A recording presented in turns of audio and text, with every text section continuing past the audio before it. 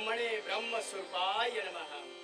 मर्यादा पुरुषोत्तम म्हणून एक वचनी एक वाणी म्हणून या अयोध्येच्या पुण्यवान अशा नगरीत राजकर्ते दशरथ आणि आमची माता कौसल्या हिच्या कुलीकुसात आमचा जन्म झाला.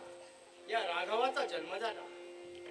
आमची माता कैकेयी हिला दिलेले वचन पूर्ण करण्यासाठी आमच्या पितृदेवतेने आम्हाला 14 वर्ष वनवासाची शिक्षा दिली आणि आम्ही सुद्धा पितृदेवतेचा शब्द शिरसाज्ञ मानून 14 वर्ष वनवास स्वीकारला.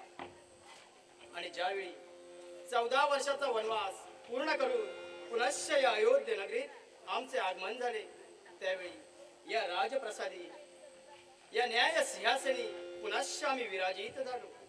कोणामुळे असो तर या आमच्या भक्तांसाठी, या माझ्या गोरगरीब जनतेसाठी मत्स्य, कूर्म, वराह, नरसिंह, वामन, परशुराम हे 6 अवतार माघारी सरले आणि सांप्रत 7व्या अवतारी आम्ही प्रभू रामचंद्र म्हणून नटलोय.